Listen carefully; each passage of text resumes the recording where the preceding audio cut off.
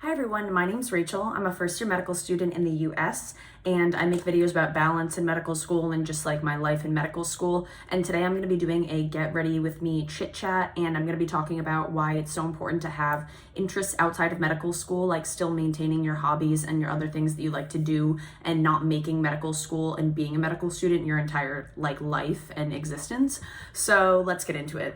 So basically, I just want to start off by saying I understand why it's so easy to have this be your whole thing and have this be your existence. And I have a large part of myself and who I am and my identity in the fact that I'm in medical school, and the fact that you're pre-med doing that stuff, it takes up a lot of your time and it's your life basically. So I don't blame people for getting too caught up in it. How could you not be? But I just think that it's really good to be able to take a second, more than a second, to step away and be okay, I need to work on other parts of myself. And if something were to ever happen where you can't do medicine, or something happens in your life, then you don't really know who you are. And also I think that it's really important to do your other hobbies and have other interests and not just have everything devoted to medicine. Because one, you're gonna burn out and then you're just gonna be miserable and you're gonna have nothing else to do because that was all you were doing. And two, it's a really good way to just be refreshed and then still be passionate about medicine. You know what I mean?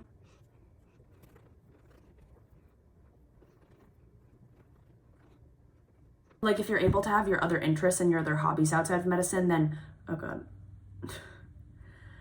Then you can come back from your breaks and from doing your hobbies and your other interests, and then you're more invigorated and you're just ready to go. And I also saw this somewhere, I forget where, so I'm not sure, I'm sorry, but I heard something that the most successful people have actual legit hobbies, very successful people, and they learn other languages and are really good at random sports that they've chosen as their hobbies, and it's a pattern in very successful people. So I feel that's another reason why you should maintain and grow yourself outside of medicine, and not have it be, I said, your personality trait, the only thing about you. Because realistically, you could have chosen a different career, so then what kind of person would you have been if you had chosen that career? You probably would be a very different person, because choosing medicine shaped you, and all of that, the reason why you chose it shaped you, you know what I mean? But you have to think about that. And even though it is a very respected and great career, what happens if it goes away? What happens if you can't practice? What happens if God forbid you lost your license, or you were disabled, or something happened where you couldn't, that would be an identity crisis. And I feel I am obviously a first year medical student, so I can't talk for everyone, but I could see that being an issue that doctors face, or people in healthcare face, if something does happen where they lose their license so they can't practice anymore. And I feel that's just probably one of the lower reasons why you should have a life outside of medicine. But then another reason, a major reason, is because when you're interviewing for residencies, they actually want to know if you're a person. And I know I am a first year medical student and I have not gone through the match, and I know that I don't have actual first-hand experience with this, but I was listening to a residency panel put on by fourth year students at my school.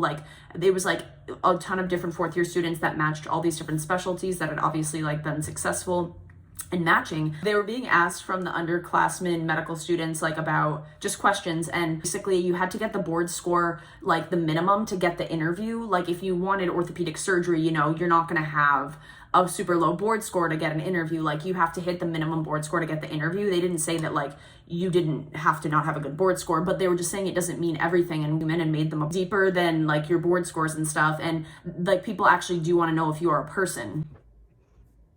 And in your interview, they're going to see if you can talk to people, and your job is going to be talking to people as a doctor. So it is very important to be able to know how to talk to people, and to be a very compassionate and caring person that is personable and can be there for someone on their worst day. If you're telling them horrible news, or if someone's spouse just passed away and you're comforting the spouse, you know what I mean? You're going to have to do that as a doctor. So I feel don't, I guess, overlook that. And that's something that I need to remind myself too. It really is important to show your personality and to still be this person and still have your humanity outside of medical school. Medicine is so hardening, you know what I mean? Like I feel like it hardens people, and it's such like a struggle, like it's such a grind going through pre-med classes, and then medical school is not easy, and like studying for board exams, I haven't even done that, but it's literally brutal based on what people have said in the future. So much so that they made step 1 pass fail because it was hurting people's emotional and physical healths that much. I feel like by the time you get to when you're a doctor, you might be so burnt out if that's just your whole life, because it is not an easy path. So that's just another reason why you really need to be like, look, I'm going to do med school, but I also want to still be a person coming out of it. And I don't want to be like this hardened, jaded, like doctor or resident that is so burnt out and has nothing else in their life other than just waking up and going to the hospital and like doing residency shifts. If I didn't have other things in medical school that like helped me get through, like exercising and like rollerblading and talking to friends and family and just like walking and just relaxing, reading and like doing YouTube stuff, like I would not be able to make it through medical school, because I would not be able to study all the time. And like I need to be able to be like, look, I'm going to go to the gym for an hour and then I'm going to walk and it's going to be really good, and I'm not going to think about studying during that time. And then when I come back to studying, I'm able to get back into it, and like I don't feel so like mentally drained like I was studying for 4 straight hours. You know what I mean? If I want to study for 2 hours and then I take an hour break and then I study again for another hour, it's like I studied for 3 hours, not 4, because I'm turning my mind off between like hour 2 and 3. And I know that I can't speak for like how things are in second year of med school and anything past the first year of med school, anything past that I've been through like residency and being an attending, but I feel like it would be a very good guess to say that like having these hobbies and other things that you like to do probably helps a lot during those times, especially when it's even more like cutthroat and you know what I mean, like high stakes, when you're actually taking care of patients and when you're actually taking board exams and like seeing patients. I think sometimes like people get so wrapped up in like healthcare like jobs, and they're very like glorified and they are very highly respected because you are doing like incredible work and like you're taking care of dying people and you're being there for people's family members. And I'm not trying to discredit the work that it is, but like at the end of the day, it is still a job.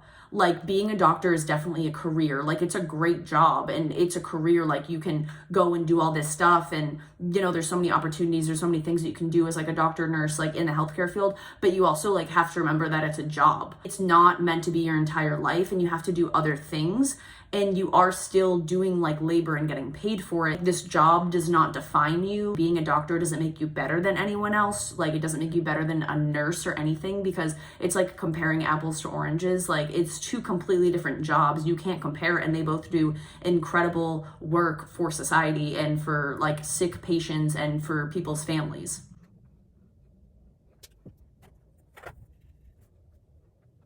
Okay, I feel like I need to hurry up here because I've been talking so much. All right.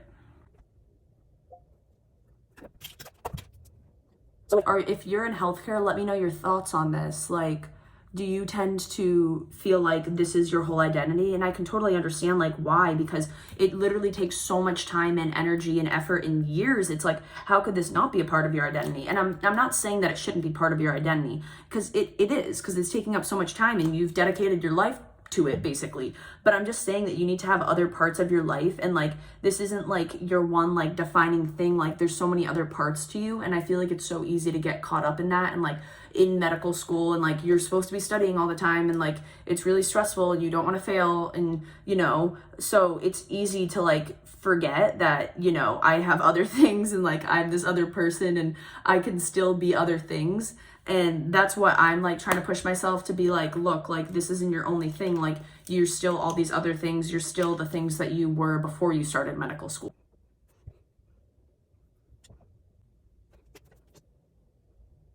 And I think it's especially easy for pre-meds to get wrapped up in the fact that like being pre-med is their entire like personality in their life.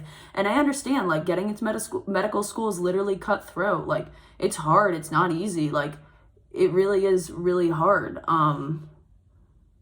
And like I get it, but honestly, if you are able to like highlight some stuff on your application that shows like a hobby, I feel like that would be great, and maybe a medical school would even ask you about it in person. And I know Dr. Ryan Gray like talks about during your interview, like literally talking about your hobbies and like having a conversation with the interviewer. And you can do this very easily by talking about things that you're passionate about, trying to better yourself outside of the medical education part, you know, like trying to become more financially literate and just like working on self-development and working on other parts of yourself. Because I'm telling you, like if you work on these other parts of yourself, you're gonna be able to show up better in your like medical area, and you're gonna be like stronger in that sense, and you're just gonna be a more multifaceted, like diverse like applicant in person that can bring more to the table because you have these other interests and these other things that are a part of you that like make you special.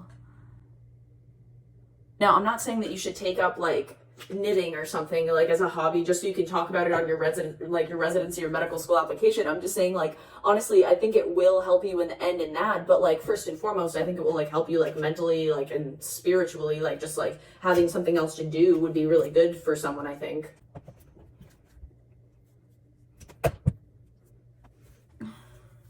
With my hair, I might just brush it, I don't know. Okay, so clearly I ended up straightening my hair.